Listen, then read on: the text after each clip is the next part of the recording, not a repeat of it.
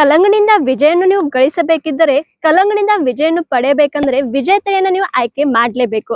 ರೈತರೆ, ಈಗ ಬೇಸಿಗೆ ಆಯ್ತು, ಮಳೆಗಾಲ ಆಯ್ತು, ಈಗ ಚಳಿಗಾಲದ ದಿನಗಳು ಸ್ಟಾರ್ಟ್ ಆಗಿವೆ.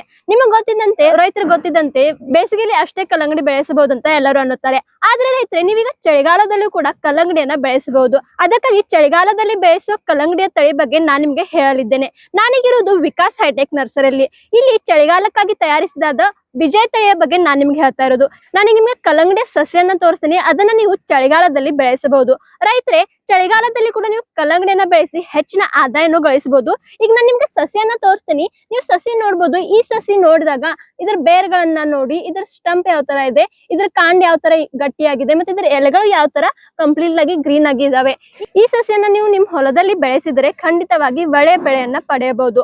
ವಿಜಯ ಕಲ್ಲಂಗಡಿ ಬಗ್ಗೆ ನಿಮ್ಗೆ ಹೇಳ್ಬೇಕಂದ್ರೆ, ವಿಜಯ ಕಲ್ಲಂಗಡಿಯ ಸೈಜು 3 ರಿಂದ 6 kg ವರೆಗೆ ಬರುತ್ತೆ. ಮತ್ತೆ ಈ ಹಣ್ಣನ್ನು ನೀವು ಕತ್ತರಿಸಿ ನೋಡಿದಾಗ, ಒಳಗ್ ನೀವು ಕತ್ತರಿಸಿದಾಗ ಕಂಪ್ಲೀಟ್ಲಿ ಇದು ಕೆಂಪಾಗಿ ತುಂಬಿರುತ್ತೆ. ಮತ್ತು ಸಿಹಿತನ ಕೂಡ ಇದರಲ್ಲಿ ಜಾಸ್ತಿ ಇದೆ.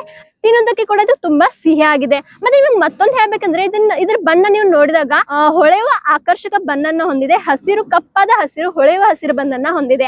ಹಾಗಾಗಿ ಈ ಕಲ್ಲಂಗಡಿ ಗ್ರಾಹಕರದಾಗ್ಲಿ ಅಥವಾ ವ್ಯಾಪಾರಿಕರದಾಗ್ಲಿ ಇವರ ಆಕರ್ಷಣೆಯನ್ನ ಗಮನಿಸುತ್ತೆ. ನಿಮ್ಗೆ ಮತ್ತೊಂದು ಇದರ ವಿಶೇಷತೆ ಹೇಳ್ಬೇಕಂದ್ರೆ, ಈ ಕಲ್ಲಂಗಡಿ ದೂರಿನ ಮಾರ್ಕೆಟ್ಗೂ ಸೂಕ್ತವಾದ ತಳಿಯಾಗಿದೆ. ನೀವು ಇದನ್ನ ದೂರಿನ ಮಾರ್ಕೆಟ್ಗೂ ಕಳಿಸಬಹುದು. ಮತ್ತೆ ಇದು ಹೆಚ್ಚು ದಿನದವರೆಗೆ ತಡೆಯುತ್ತದೆ. ಹಾಗಾಗಿ ನೀವು ಕಲ್ಲಂಗಡಿಯನ್ನ ಬೆಳೆಸಲು ಯೋಚಿಸುತ್ತಿದ್ದರೆ, ಅದು ಚಳಿಗಾಲಕ್ಕಾಗಿ ಈ ಚಳಿಗಾಲದಲ್ಲಿ ಕಲ್ಲಂಗಡಿಯನ್ನು ಬೆಳೆಸಲು ಯೋಚಿಸಿದರೆ ವಿಜಯ ಕಲ್ಲಂಗಡಿಯನ್ನ ಆಯ್ಕೆ ಮಾಡಿದ್ರು ವಿಜಯನ್ನು ಪಡೆಯಿರಿ. ಮತ್ತು ಈ ಸಸಿಗಳನ್ನು ನೋಡಿದಾಗ ನಿಮ್ಗೆ ಕಂಡು ಬರುತ್ತೆ ಯಾವ ತರ ಸಸಿ ಇದೆ ಅಂತ. ಮತ್ತೆ ಈ ಸಸಿಗಳು ನಿಮ್ಗೆ ಬೇಕಾಗಿದ್ದರೆ, ವಿಜಯ ಕಲ್ಲಂಗಡಿಯ ಸಸಿಗಳು ಬೇಕಾಗಿದ್ದರೆ ಈಗಲೇ ಕೆಳಗೆ ಕೊಟ್ಟಿರೋ ನಂಬರ್ಗೆ ಸಂಪರ್ಕಿಸಿ ವಿಕಾಸ್ ಹೈಟೆಕ್ ನರ್ಸರಿಗೆ ಕಾಂಟ್ಯಾಕ್ಟ್ ಮಾಡಿ ಮತ್ತು ಇದರ ಬಗ್ಗೆ ಹೆಚ್ಚಿನ ಮಾಹಿತಿ ಪಡೆಯಿರಿ ಮತ್ತು ಸಸಿಗಳನ್ನು ಪಡೆಯಿರಿ.